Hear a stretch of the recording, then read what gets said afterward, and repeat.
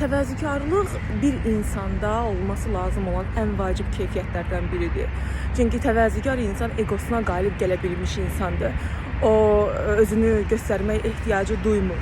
Çünki yalnız ego özünü göstərmək, tərifləmək ehtiyacı duyur.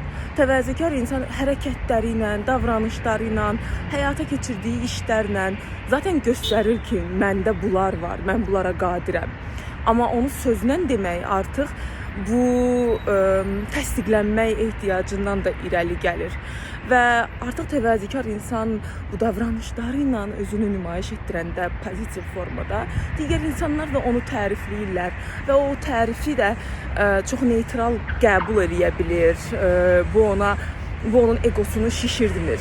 Lakin egolu insan, təvazökar olmayan insan özünü tərifləmək və sanki belə deyək də, o el dilində desək, gözə soxmaq ehtiyacı duyur.